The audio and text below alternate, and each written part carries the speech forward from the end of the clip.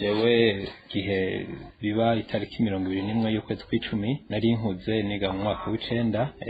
ndibuka yuko mutagifise umuyobozi yari yakara cane twari dufise ivyigwa twiga mu gitondo gusubiramwo hama tukanywa icayi hama ivyigwa bikabandanya nyene uko vyaba vyateguwe. Uwo munsi rero twarumvise yuko Ndadaye nabo bakorana baba bamwishe, hama rero twebwe turagenda mu ishuri turambara uniforme genda nyene nkuko vyahora abanyeshuri bose turi kumwe abahutu n'abatutsi taco turaba nta kintu twabona yuko gishobora kiza kuba. Twarize isaha ya mbere turiga isaha ya kabiri turiga n'isaha ya gatatu. Isaha rero ya kane ijya ikiruhuko recreation twari dufise icigwa bicuburimyi bita agriculture. Umwarimu yakitwigisha arasanzwe aba mu Rutegama yazana ikinga ku ishuri, hanyuma turarindira yuko aza ku ishuri turabura. Ibi ariko birabera mu banyagihugu hanze ntavyo twamenya, twari mu ishuri twese ko turiga turava turasohoka hanze. Hari ahantu hari ikibuga ca basket waho ushobora guhagarara ukaraba mu kaburimbi rija Igitega rijya rica kwibunye ribandanya. Tubona ibiti babiciye, niho twatangura kubona ati ibintu birakomeye. Baho haheze umwanya ahantu hari amadortoire y'abakobwa, urenganya hirya hakaba home z'abarimu b'abagore canke b'abakobwa. Tubona aba 13 n'abari muri primaire bavuye muri home, tubona baje bariruka ku ishuri ko nyene aba yimereye muhiriwe, tubona baza bariruka. Tubona n'abandi bagabo baza babiruka ko nibicumu. Mu nyuma abantu ahungu bakuze biga muri za superieur hava baraduga haruguru gatoya turegerana, kuko bobo aho superieur zari hari hepfo hegereye izo dotore z'abakobwa n'izo home, barava baraza barahungira ku ishuri. Aho twumva amakuru yuko hari abarimu yitwa Prudence yatwigisha sport, twumva ko bamaze kubafata.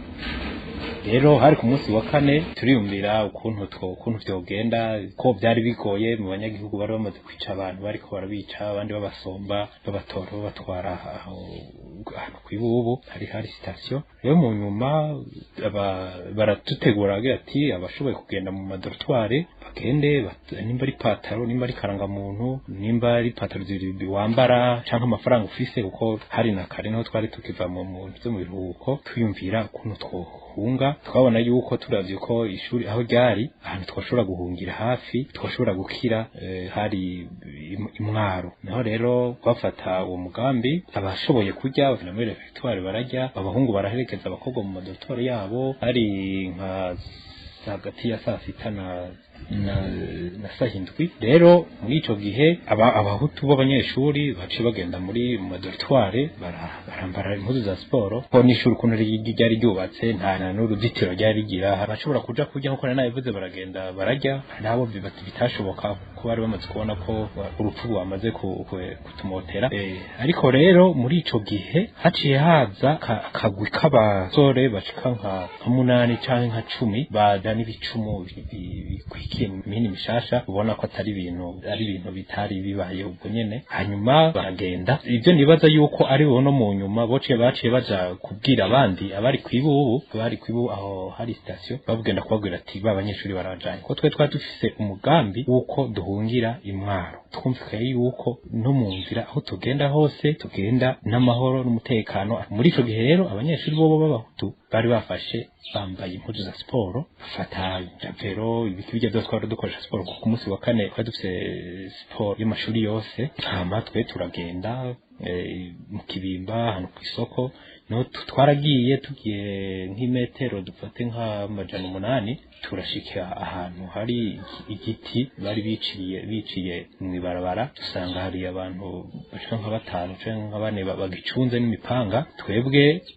igiti cari mu ibarabara turakikatira turakirengana, nabo ntaco batuvugishije, ngira bari babonye ko ari bakeya. Hanyuma turagenda tugeze rero ahantu ku isoko yo mu Kibimba muri komine Ndava, haza kandi kagwe kabandi bantu baradutangira. Mu gihe rero badutangiriye turabanza turananka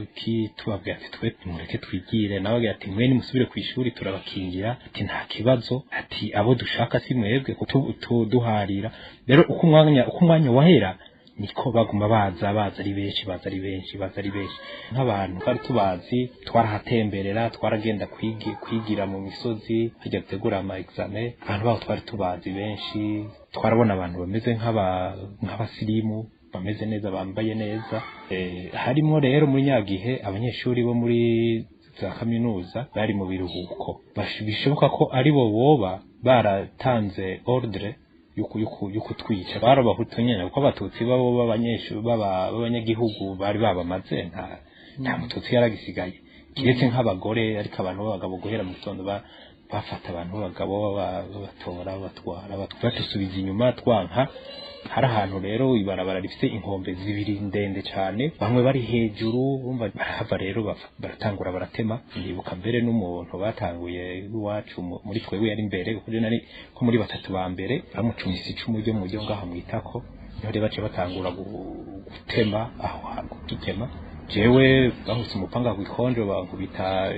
n'ubuhiri ku igufa riri hejuru y'ijisho bamaze kunkomeretsa gutyo ndibuka ko nari mfise eswime mu izosi ntavuye ndayikura mu izosi ko yari ngora aho haregeze rero gihe umose yimenya nimwe bavuga mu gifaransa ngo sauf kipe rero ndagira amahirwe ndagira imana ndurire ndasimbira ku nkombe hejuru naho nari nakomeretse uyu muntu ari imbere y'urupfu